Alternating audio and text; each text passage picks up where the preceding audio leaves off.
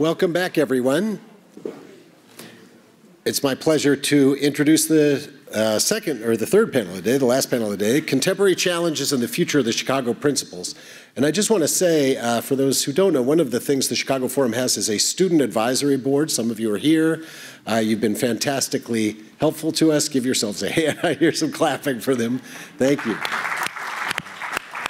And in particular, the idea for this panel came from the Student Advisory Board, so that's great. And it will be moderated by the Dean of the Harris School of Public Policy and Sidney Stein Professor Ethan Bueno de Mesquita.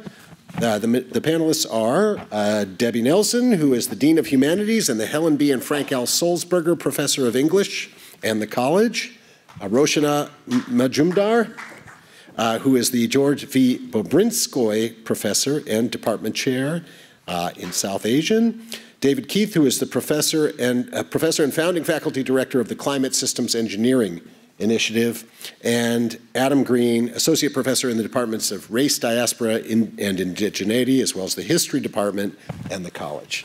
Without further ado, Ethan. Amazing. Thank you. Thank you all for coming.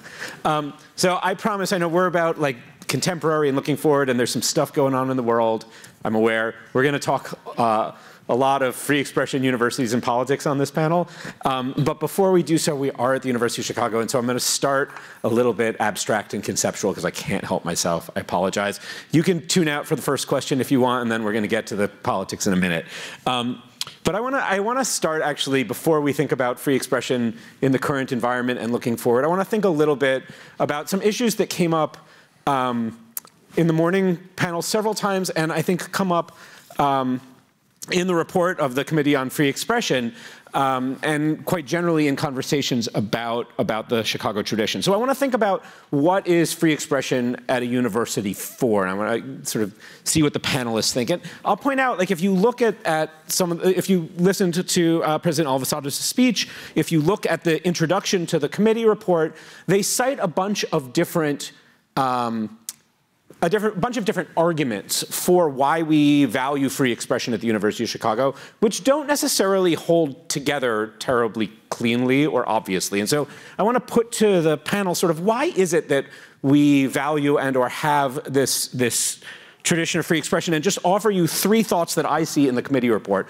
One, which the committee report quotes President Harper, is essentially kind of an argument from culture. Harper says, the principle of complete freedom of expression on all subjects has from the beginning been regarded as a fundamental in the University of Chicago. And President Levy says something similar. That is not an argument about what it's good for. It is just an argument about culture. Why do we have the Chicago tradition at the University of Chicago? Because we're the University of Chicago, and you might have a different tradition, and then you might be Brown University or something, right?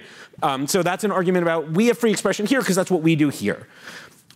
There's a different kind of argument that President Hutchins makes, which is, I'll just read, the cure for bad ideas lies through the open discussion rather than through inhibition. Free inquiry is indispensable to the truth-seeking mission of the university. This is like a lofty epistemic argument, right? That we're in this knowledge-seeking business, and the best way to seek knowledge is to talk about everything, be allowed to think about everything.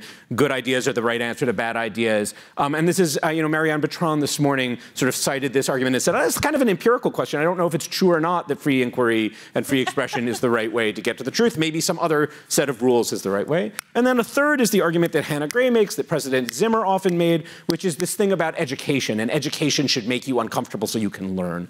Those are three different arguments. One, a cultural argument, another, an epistemic argument, and another, a pedagogical argument. And I don't know, why do we do free expression here, and is it a good thing? Adam. I'm gonna take a stab at that, and I probably will regret it. The Freedom of Expression Committee's report is elegant and well-written and obviously captivating and compelling to many people. But there's work to do in relation to thinking about its meaning. And for me, and I've been reflecting on this a lot over the last few days preparing for this, one of the key issues to reflect upon is, are we talking about protecting and promoting free inquiry? Or are we talking about and protecting freedom of expression? If we're protecting both, are they the same thing, or are there differences?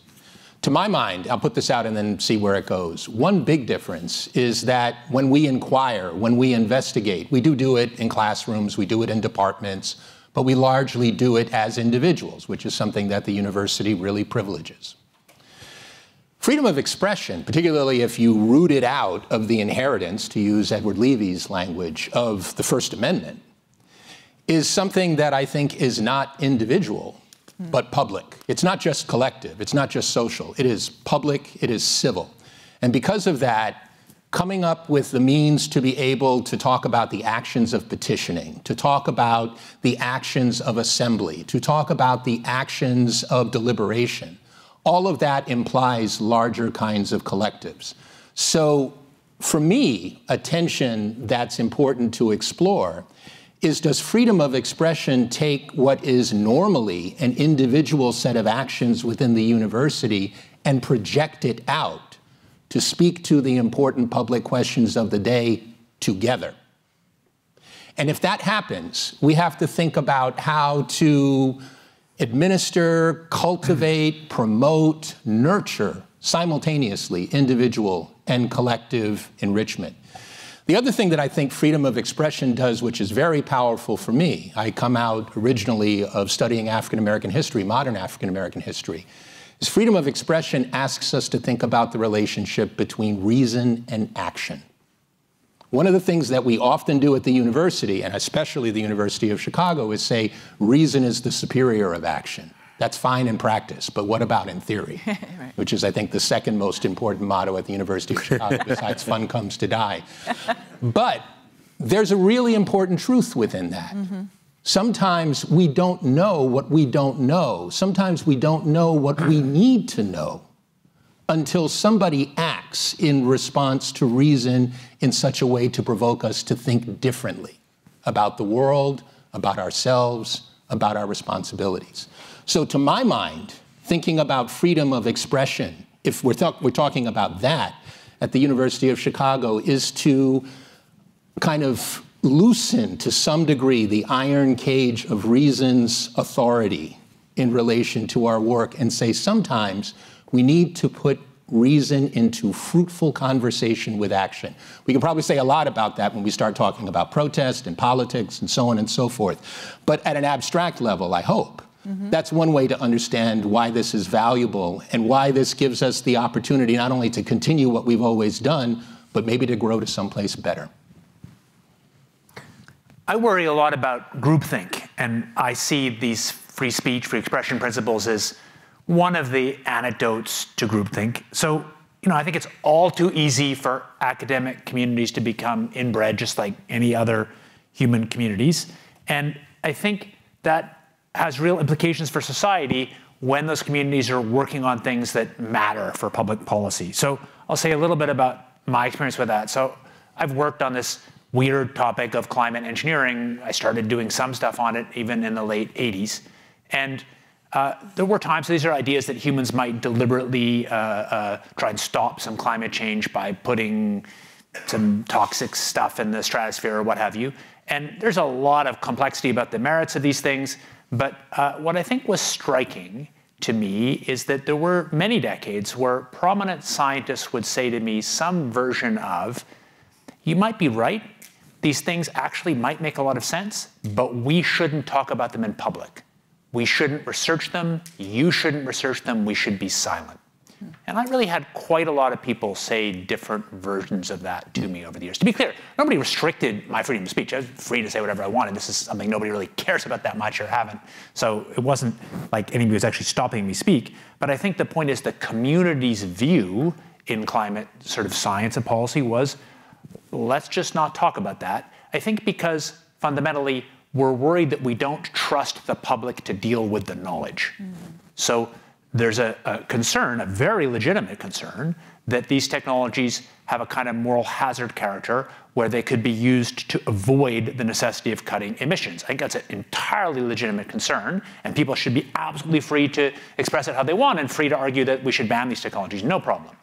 But I think there is a problem when that concern about how they might be used influences too strongly what people work on, especially what they say about the technical knowledge of the risks, because I think we get a kind kind of consensus of overstating what the risks of these things are and understating how well they would work. That really happened for a long time. And you know, I've actually had some very kind of prominent people say that really directly, even say like, I think you're right about this, and it wasn't just me, lots of people for decades, but we shouldn't talk about it. And I've come to see that is deeply arrogant, because it's really saying effectively that we, this inner circle, gets to figure out what it is that the general public can handle. And that kind of is assuming that we, this inner circle, that our job isn't just about producing knowledge, that we're kind of like the Platonic governors who are making the decisions. I forget in the Republic now what the name of those guardians, is that it? And there's a quote that I love that is on the Einstein Memorial outside the National Academy of Sciences, which says, "The right to search for truth implies also a duty. One must not conceal any part of what one has recognized to be true." So my view is it's kind of this amazing, awesome job at one of these universities where you get like a lot of freedom to do what you want. So the right, you know, lots of corporate government jobs aren't like that. They can't be like that. That's kind of the feature of these jobs. You get to do stuff. But I think the flip side of that is you're allowed to have opinions, but I think you can't like withhold something you know just because you think that people won't react to it in the right way. And I think that is something I've seen in this topic, which has changed a lot over the years. But I think this is broadly true, that there really is a problem in academia with groupthink in different kinds, and that we need to have better mechanisms to combat it. And I think these free speech are one of the ways to do it. So that's my 2 bits. So can I go ahead. I mean, it's coming to it from a very different standpoint. And when Tom first asked me to be on this panel, he said that, can you actually talk about the international dimension of things? And I thought, yes, I will, because that's why I'm here. I'm here because I was actually a graduate student here, and then I went on to, I now work here. And I want to narrate a small anecdote, which I think speaks to your question, which is that the year that the university inaugurated its center in New Delhi, 2014, that was the year that the Stone Committee was meeting to talk about these principles. Now, that same year, Penguin India decided to pulp one of my most distinguished colleagues, now Professor Emerita, Wendy Doniger's book called Hinduism. And they did it because even though the Constitution of India has the freedom of expression enshrined, there are aspects of the Indian Penal Code that actually provide for as much as 3 years of imprisonment if the religious sentiments of a particular community are hurt. Now, Professor Doniger was not there at the inauguration of the Delhi Center. I was. We continued to teach her book here on campus. She's a beloved professor. She's trained generations of South Asian students. And you know, that was actually one moment where I cherished the fact of being here in order to be able to do what I like to do best. Having said that, I want to say that these are called the Chicago Principles. But for me, Chicago is as much the center in New Delhi, the Beijing Center, Hong Kong, Paris, London, multiple other places. And it's not just professors who come from there. We have a large student body. What we call knowledge is actually being made by all of these, these various actors, students, staff, faculty. And I think that that's where the freedom of expression, to me, it should be, it's as much about expressing as it is, and I think this was being said in the last lunchtime panel, it should be as much about cultivating the art of listening, something that we do in the classroom, the art of speaking, the art of listening, and sometimes the art of seeing. So I'll stop with that. Right, so Debbie, I'm going to ask you a question that builds on something David said, because you're a dean and I'm looking for advice about how to do my job. So, No. so it's got to be good. Yeah. I'm taking notes. So if we think about this problem, which also came up in the president's remarks this morning about groupthink, ideological homogeneity, and the ways in which that feeds into the knowledge-seeking side, if I take the epistemic part of free expression seriously, that lots of the processes of the university really hinge in lots of ways on the good faith willingness of the faculty and the students, et cetera, to speak their mind, to challenge ideas, even if challenging those ideas is unpopular, and that might be unpopular with internal audiences. Increasingly, we'll talk about this, and I think this speaks to the international question, but it also speaks to contemporary American politics, unpopular to external audiences, bad for your career, perhaps, outside the university, et cetera. We really depend on the idea that we're going to be brave, that we're going to ask all the questions that we think are worth asking, that we are not only going to challenge results that lead to that reach conclusions we don't like, but also challenge results that reach conclusions we do like. And it is easy in an environment where the faculty get to hire the faculty, where we are accountable kind of to our own disciplines, et cetera. It's easy to get stuck.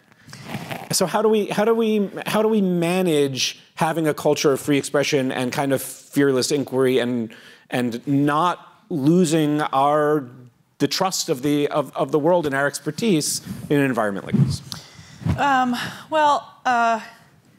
My sense over the last 10 years is that, and David and I have had different experiences. I'm in an English department where there were very, very fierce wars over canons, right? You learn these things in the English department. And go back to the late 80s, early 90s, Alan Bloom and others at Chicago were very much in favor of holding that line, no, all of this is illegitimate. So the only British author you would teach was Jane Austen, and you do one Jane Austen book, Pride and Prejudice, and then that was it. I read the Confessions 3 times since I was an undergrad. So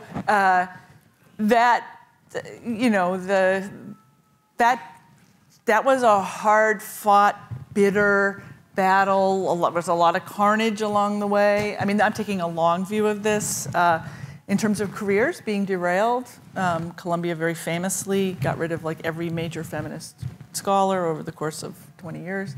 And so there's, so these these shifting terrains. So for instance, in the Department of Romance Languages, you have maybe half the department that looks at the formerly colonized, decolonized world, that Francophone or Anglophone in our department, in English, I'm an English professor.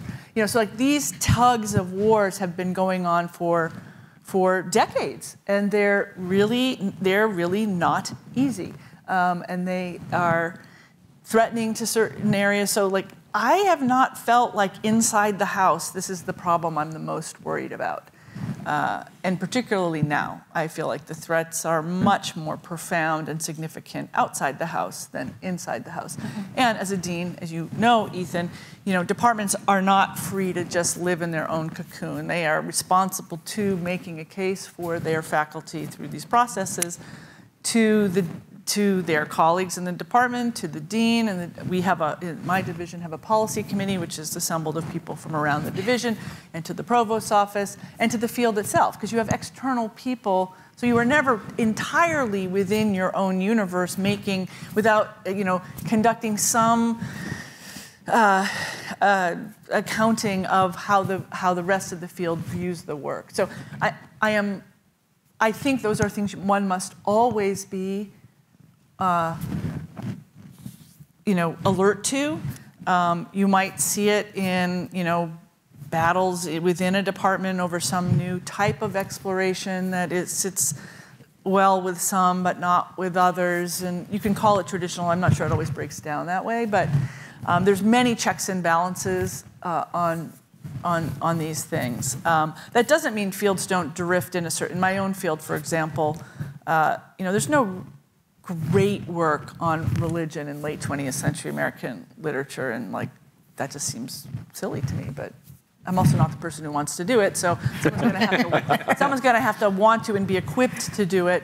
But I would welcome such work. I think it'd be great. So I'm much more worried about the caricature, particularly of my areas of the humanities and the arts. I think most people have no idea what goes on in a humanities division, or we cover civilization from the earliest moments to today, and the arts are looking to the future. Like, we cover the whole globe. I mean, it's just so complex and contrary, and so there's a lot of internal discussion. So I think we should be thinking, like, the questions I worry about now are the politicization of knowledge, misinformation, and where the university and the distrust of universities, as Paul has talked about in different ways. But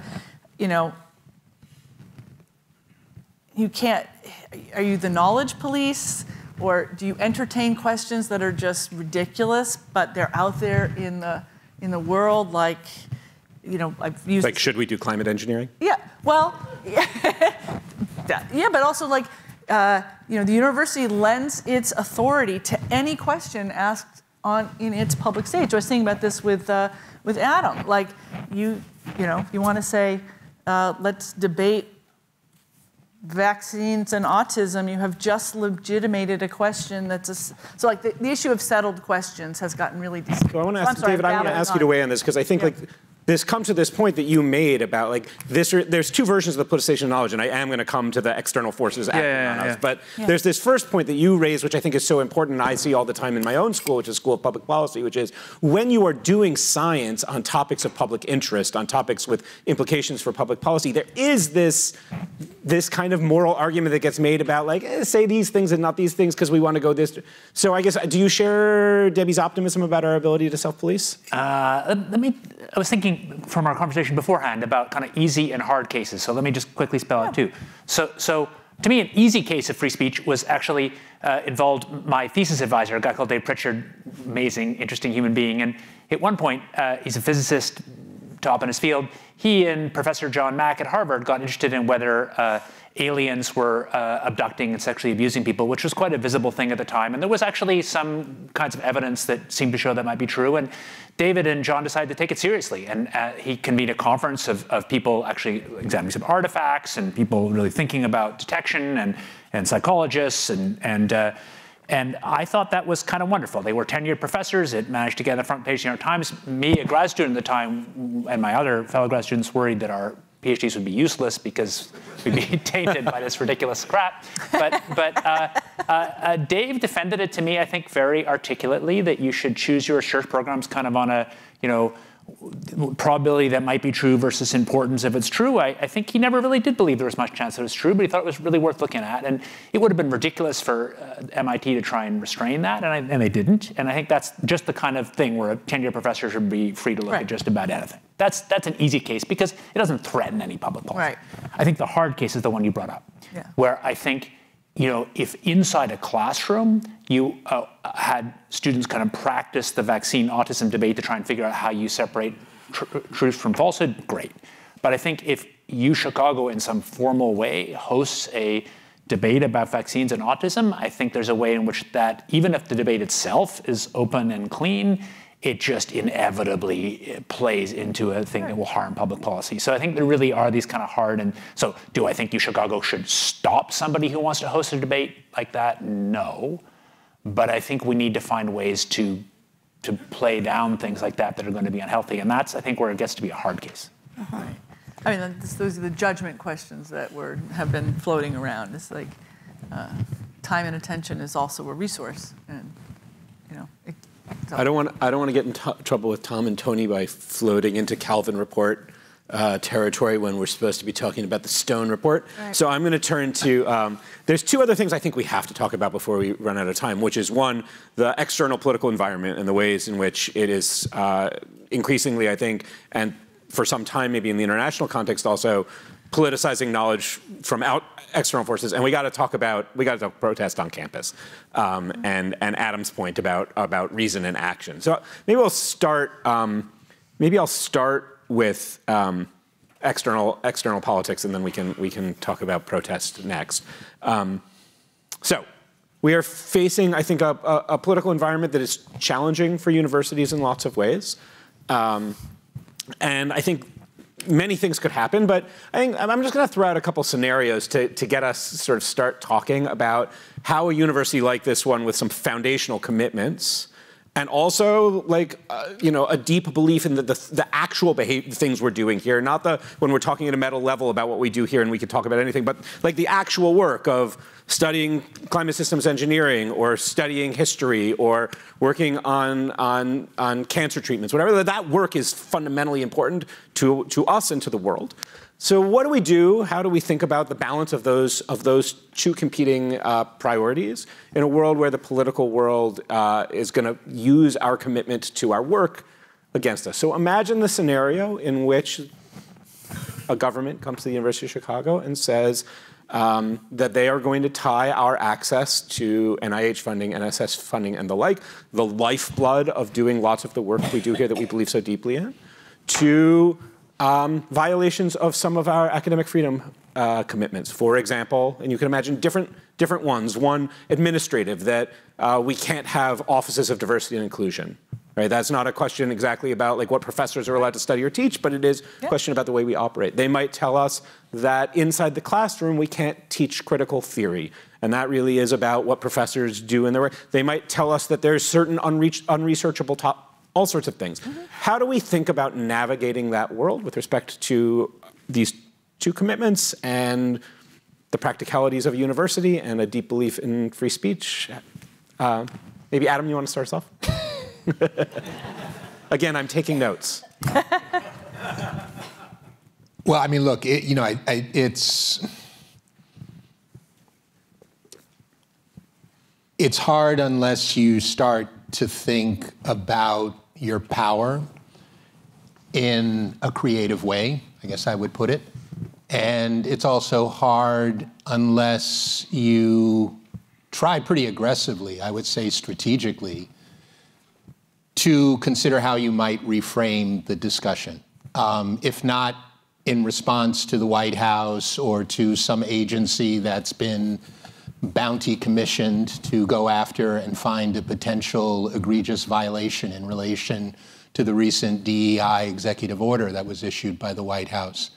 You're going to have to do some reframing. And I think that both means having a knowledge about the past and being able to prospect forward into the future. We talked a little bit about this before, and I think I might just, kind of take the collective wisdom and then see where we go with it as a group. You're probably not going to be able to overcome that alone as an institution. So you have to think, what are the opportunities to be collective and maybe solidaristic in relation to your response? I think what we're probably going to see, 120 days in terms of when all of these agencies that are departments in the federal government are going to have to return with their 9 cases that they're pursuing, some of them universities with endowments above $1 billion. Presumably, there will be somewhere between 8 to 10, 12, 15 universities included on that list. And hopefully, there will be some discussion afterwards. I might encourage those universities to speak ahead of 120 days before. How are we going to respond to this? What's going to be the defense in relation to this? What are the precedents? As a former administrator, I'm always struck that very, very few universities cite their own bylaws in relation to responding to challenges from outside. The bylaws are invoked ad nauseum in relation to regulating how faculty do things inside, as they should. I mean, those are the rules that we go by. But why not use those more effectively, that kind of very explicitly convey that the power to determine the kinds of things that should be studied, should be taught, should be investigated in relation to a program of study and inquiry are ones that are left to the faculty to try to determine. So, I mean, I think some of this is procedural in terms of where you go. A lot of it has to do with consultation, and I think that it's important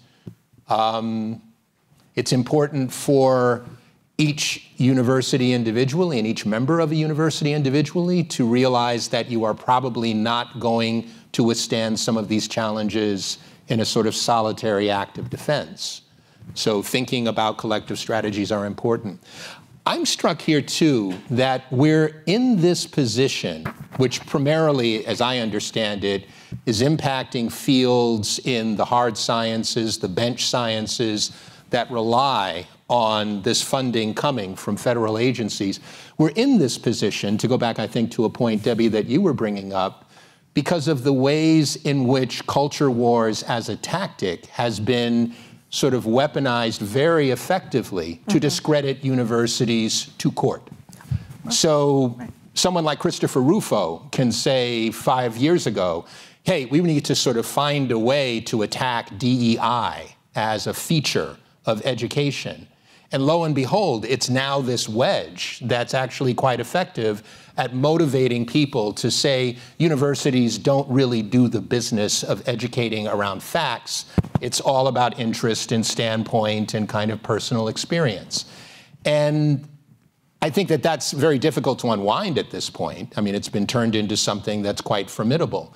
But the reasons why I think we're back-footed as universities have a lot to do with maybe not having taken seriously how effective some of those attacks were at the time, for instance, that Debbie's talking about. What would it have looked like to take it seriously? Sorry? What would it have looked like to take it seriously? I would propose investing in the humanities.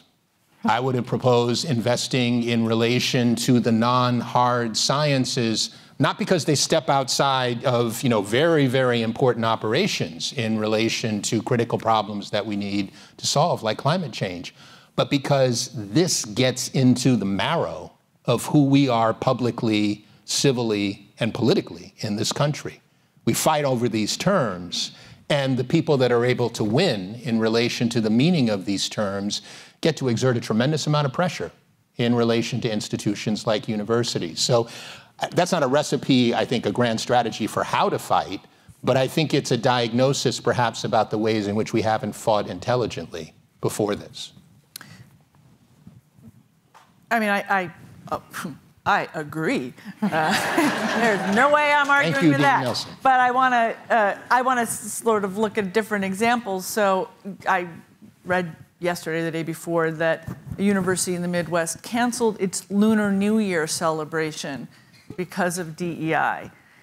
And it's like, okay, all right, this means nothing, DEI. It just means anything that isn't sort of white and male is going to be considered some kind of exception to some norm. But it's symptomatic of a behavior that a lot of people are pointing out in relation to this, which is anticipatory compliance. Yeah. Right.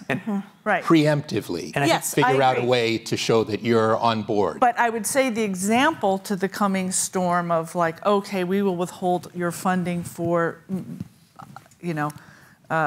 physics is, what's happening over here in the teaching of American history, which we now have new rules about, is that you can look to the public universities across mostly in the South, right? Is that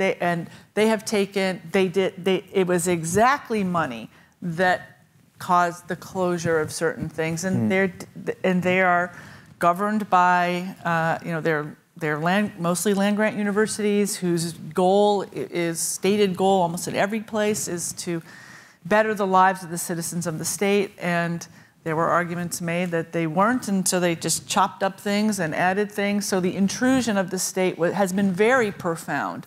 And there's loads of examples to see once the state starts to dictate and uses the power of the purse to shape the curriculum, you get a very different university.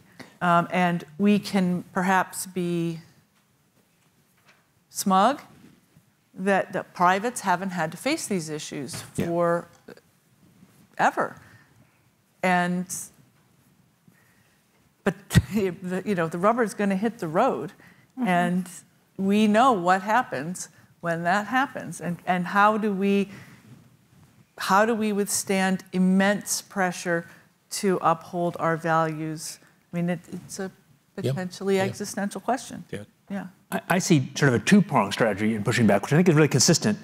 One is people have to do some pre-work, I hope, the university leadership is doing that with other universities about how to have some kind of united front that pushes back hard. AAU. As soon as people begin to give, it's going to get harder. But I think the other one that I think is complementary is to show, and that might include by doing more in the humanities, that we are able as institutions to hold these debates and diverse opinions and not to have much groupthink on topics that matter to people. Because I think to position ourselves to win in the public, it's to absolutely resist things that are these kind of threat-based attempts to control curriculum, and at the same time show that we actually do represent a broad debate. Right. And also, we have a lot of muscle memory in this, but it's coming for the sciences.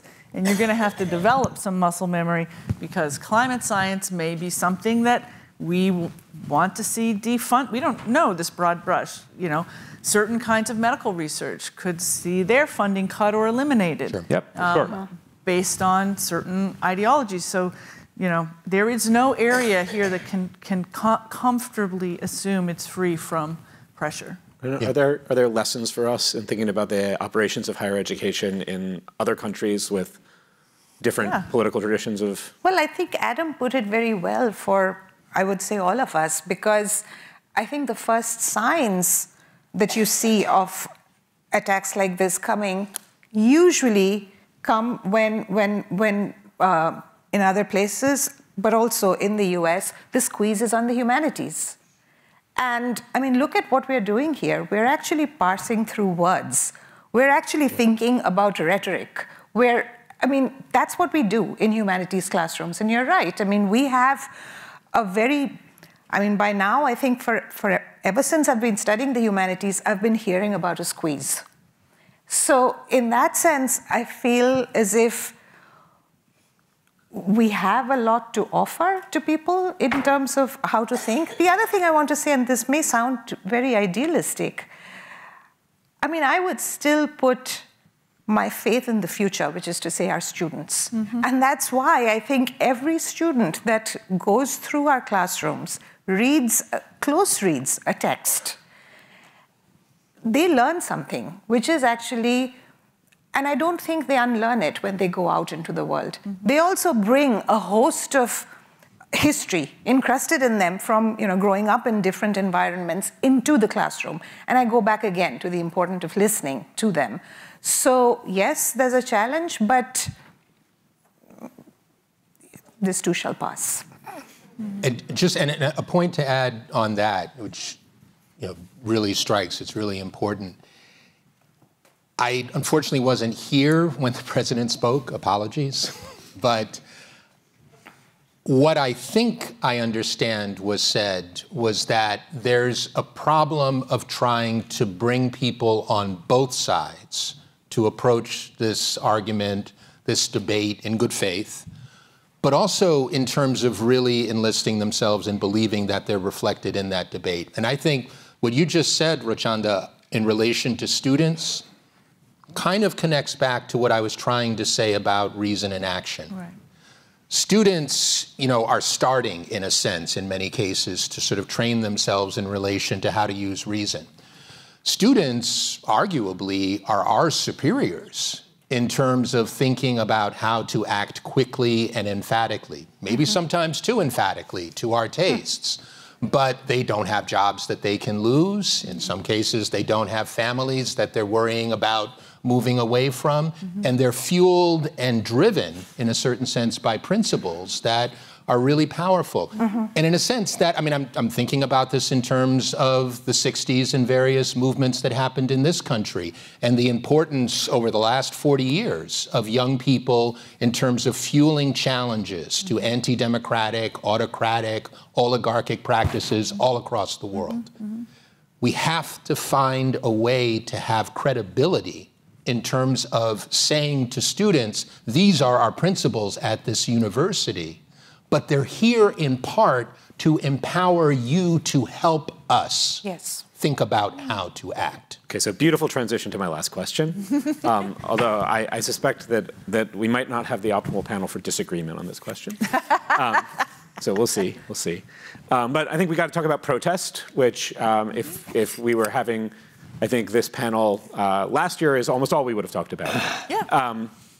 So let's talk about it. So I think, the university has an interesting, the university's free expression tradition has a stand on protest. Maybe it's the one of the reports in the Chicago Canon we talked the least about, but the Strauss report is about the role of protest, written during the 1960s, and it says very explicitly, and this was a message I think that was echoed in President Alvisado's message last year, which is that the university welcomes not just reasoned debate, but actively embraces protest as one of the forms of expression that is welcome on the university campus.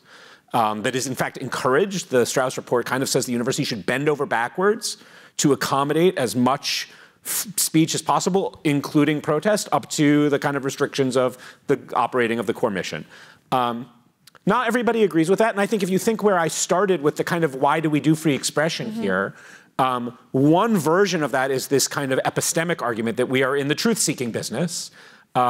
And so our colleague Rick Schwader just had an essay recently that sort of said, like, if you think about that epistemic argument, protest is not really a very powerful tool of reason. It is a tool of expression. It is a tool of the exercise of power or whatever, but it is not the manner in which we arrive at the truth.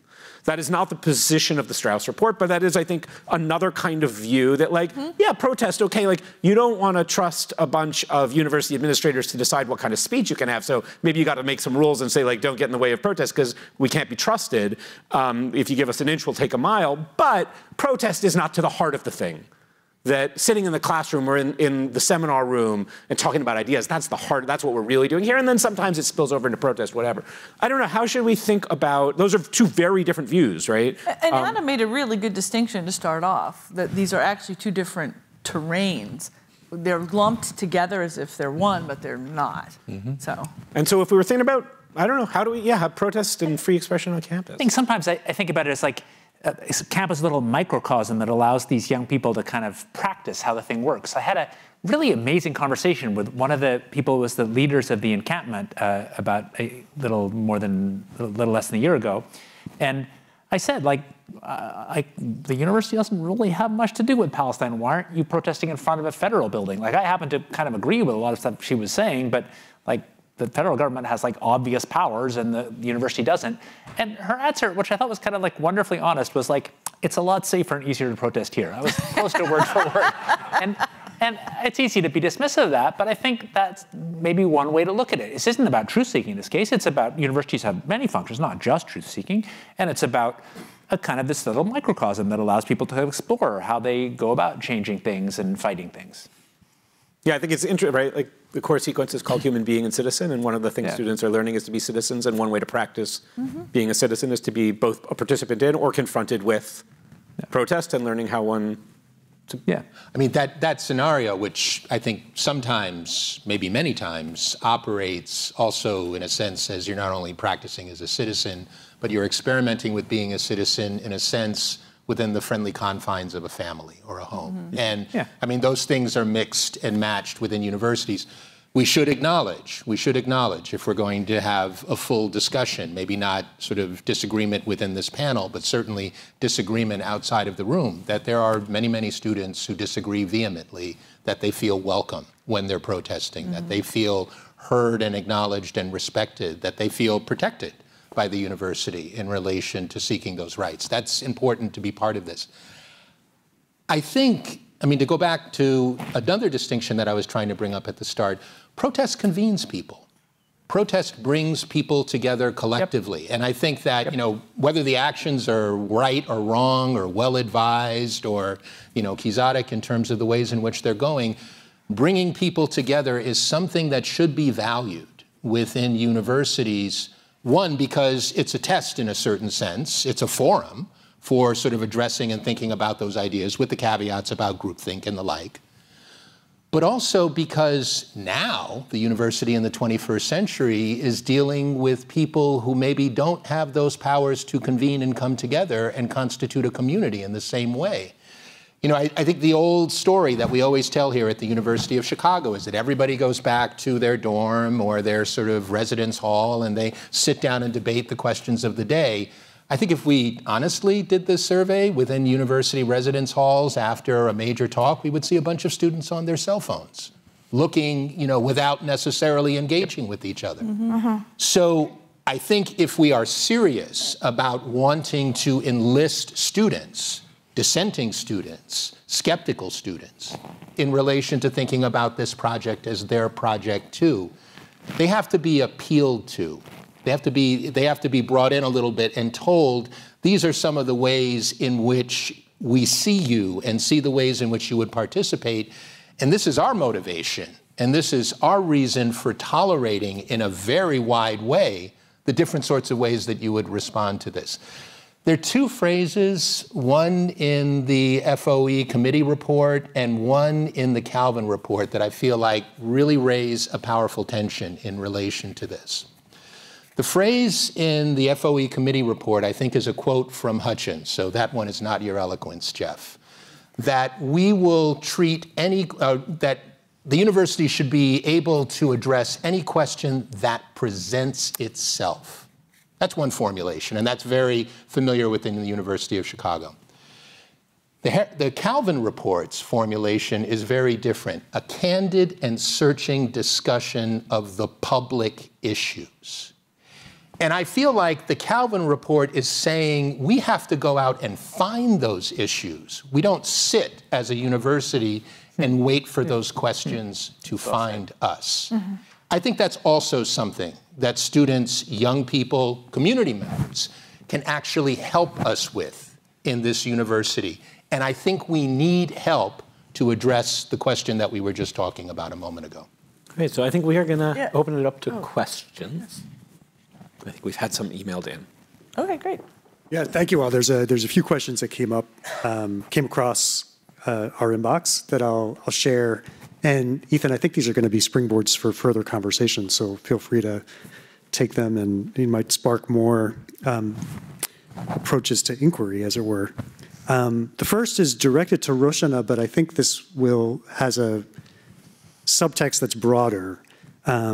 And I'll quote, India has restrictions on not offending, quote, religious sensibilities, close quote, of particular groups, at least partially because of a history of religious violence that periodically kills many. In such a context, does protecting, quote, free expression, close quote, trump protecting human life? Whoa. I should say unequivocally that human life comes above all else. And it's not a question of large numbers. Even one human life comes above all else. That said, I don't know that that's a good or productive distinction to stay with. And there's plenty going on, not just in India, but other parts of the world too, where I think the way to save human lives would not be to say, let's keep our mouths shut. And this goes back to also the protest point, which is that I see protests as political education of young people, through them of us. And I saw Dean Woodward just walk out, but she raised the point about judgment earlier this morning, and several others did too. So I think there's always a fine line between, or shall I put it this way, we're all walking a tightrope to ensure that we're not muzzling ourselves completely because someone says, oh, lives are at risk, but also not being so foolish as to in fact knowingly risk lives at the expense of, keeping quiet. It comes back also to points several of you made in discussing the current political environment, and that I think Adam started us along these lines, that a little bit of cowardice in the face of a challenge to a principle invites further challenges to those principles, right. And accept the fact that some of this is going to be hard and painful and rough. right? Like, I don't actually like the framing of student protest as like a family dispute where you're going to get grounded if you break the rules. Like, if you're practicing being a citizen, you're a citizen. You're not a child. And I mean, I don't mean like, no, point taken. Bring in the tanks, but I mean that these are really consequential decisions, and those are good things to do. That's how you learn how to be a citizen. People don't like your decisions. That is just goes with the territory. And so I think, if you're going to get roughed up, you're going to get roughed up. But we all have the fortitude, and to be courageous is to face actual consequences for the positions you hold, and you're going to have to stand your ground in the face of some maybe ugliness and maybe, we're much better standing together across in areas where we agree, but it's not going to be easy. It's not going to be fun. Right. And it's not without consequences. But it does need to be fair, and also the perception that it is not fair has huge consequences. Yeah, absolutely. In terms of being able to summon people to do the kind of work that David was talking about. For sure, but of course part of the game of protesters is to provoke the idea that it's unfair. You want to push the man to drag you away. I did that in my student days, so that then you can say you were unfairly dragged away. That's the way the game works. Right? Yeah. It's another good, were you going to say something? No. Another question that I think is more than meets the eye, so maybe a springboard. Does, quote, institutional neutrality, close quote, apply to academic department, quote, slant, close quote? Would there be a, quote, Chicago school, close quote, in economics if such, quote, neutrality? I lost Maybe a leading question. I'm going to read this again without the quotes, but you get the idea. Yeah. Or imposed on individual academic departments. So more fluidly, does institutional neutrality apply to academic departments and slants they might have? And would there be a Chicago School of Economics if it were to apply to particular departments? He's David. I think this is a real concern. I'll just say two quick anecdotes. One is, when I was offered the job here, I was sufficiently concerned about the right-wing tilt of the Chicago school that I emailed some econ friends of mine who are kind of lefty, and they said, nah, it's really not so bad. It's fine now. It was reassuring. And another one was my time I was at Kennedy School at Harvard. I think there really was a genuine problem, especially in public policy schools. In mathematics, maybe you don't care if they're all conservatives or Republicans or left communists, but in public policy schools, it matters. And I was struck by, I was friendly with Megan O'Sullivan, who's one of the very few kind of real Republicans in that place, and that is a problem, I think, for a school that's trying to speak to the whole country. And I think we need to think about that for schools that have a public policy aspect. I think it's important to think about, so I think there's the Chicago School of Cosmology, and I guess they have a tilt. I don't really know. I took astrophysics as an undergrad, but I think you said cosmetology. No, not cosmetology. There may be a Chicago School of Cosmetology too. I don't know. I don't think it's here at the University of Chicago, if there is one. I almost lost my mind. So okay. But this comes back to your point that a lot of these issues speak to disciplines that touch on policy issues, and I think it's important to draw some distinctions between, for lack of a better phrase, ideological affirmative action simply for the sake of a heterogeneity of views in the room, and epistemic arguments for ideological diversity along the lines we were talking about before, which is if we all sort of go in with the same values, we might get sloppy about the fact-value distinction. We might be inclined not to ask hard questions about conclusions we agree with, and that gets easier when everyone agrees with us. And not to be naive about the fact-value distinction, I apologize for any philosophers in the room. I didn't mean it. I only meant it a little. But I think there are, even this is it's complicated. And of course, the Chicago tradition comes along with I guess the Chicago School in economics comes along with a little bit of a political reputation, but also a whole set of intellectual commitments which are different than, they went along with their politics in some way, but also went along with a set of arguments about the manner in which economic research should be conducted, which were deeply intellectual and important. And it's a very complicated issue. And hard for the policy sciences. And there have been schools, right, who have particular sets of questions and approaches. The Chicago School of Sociology. There used to be a very Aristotelian school of sort of literary interpretation then that was very influential, and it would never have drawn that kind of scrutiny because it's methodological, not ideological. But of course, there's lots of ideology in methodology, but it isn't.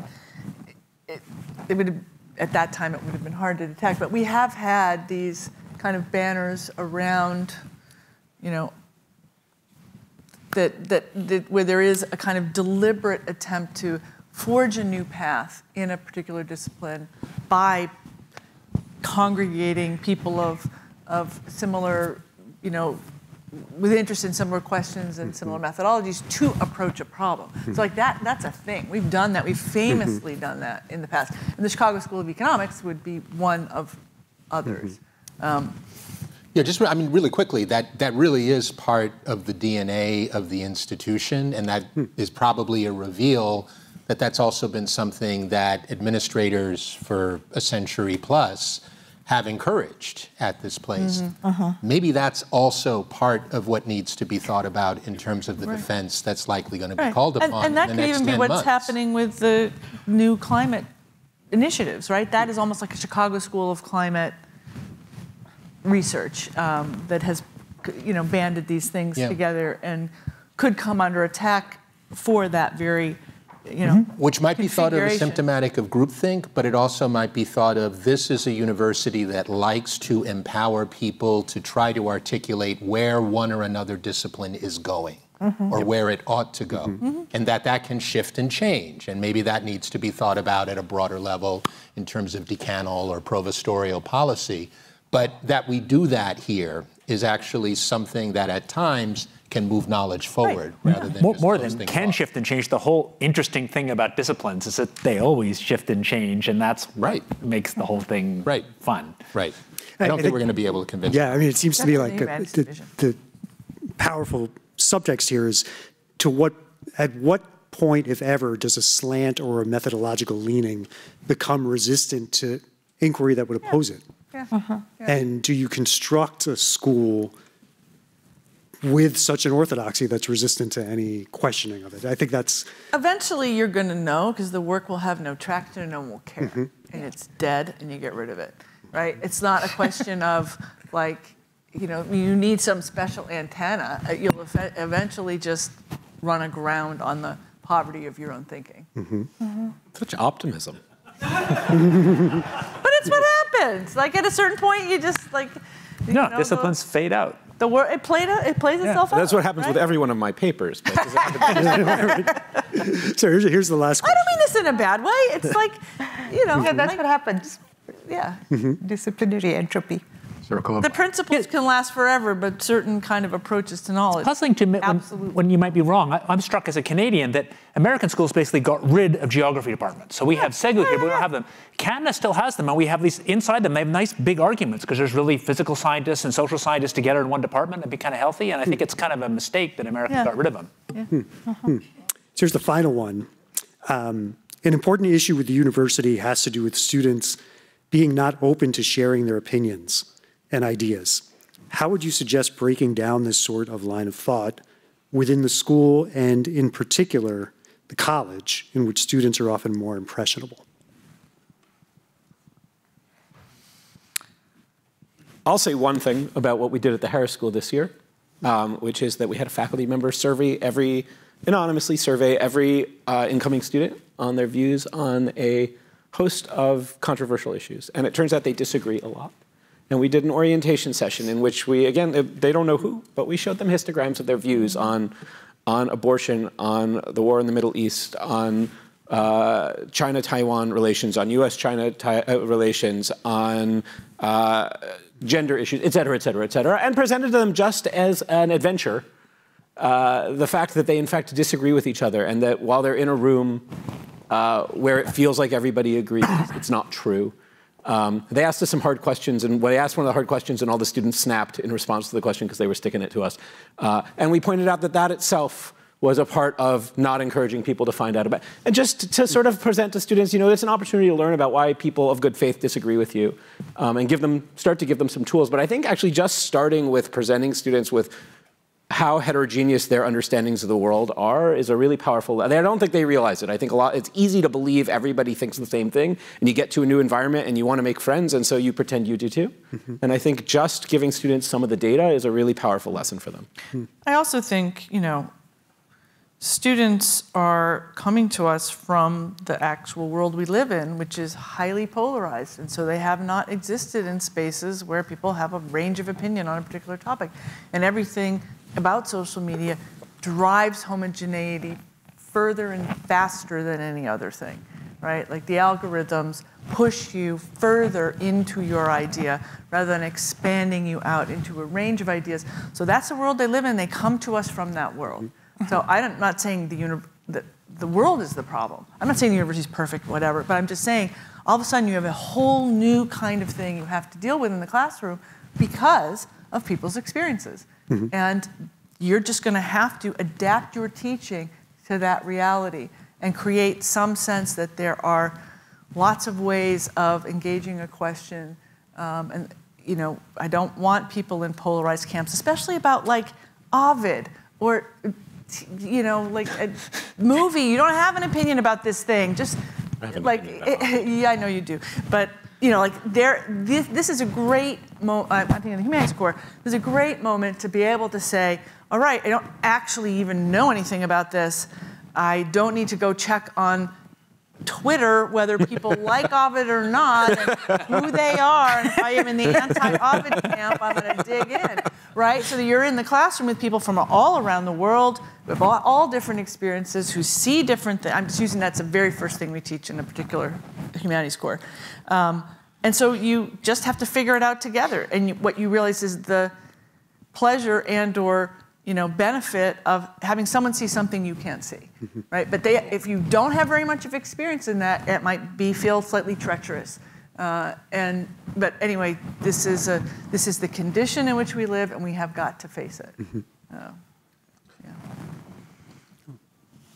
I think that some of what students may be motivating students to pull back is, just a survey. I mean, they've gone through the pandemic. They've gone through what we've seen politically over the last 8 years or maybe before. They've gone through the ways in which social media put them in a position where they're weaponizing their interactions with each other at times, as much as watching other people weaponize this within the civil sphere.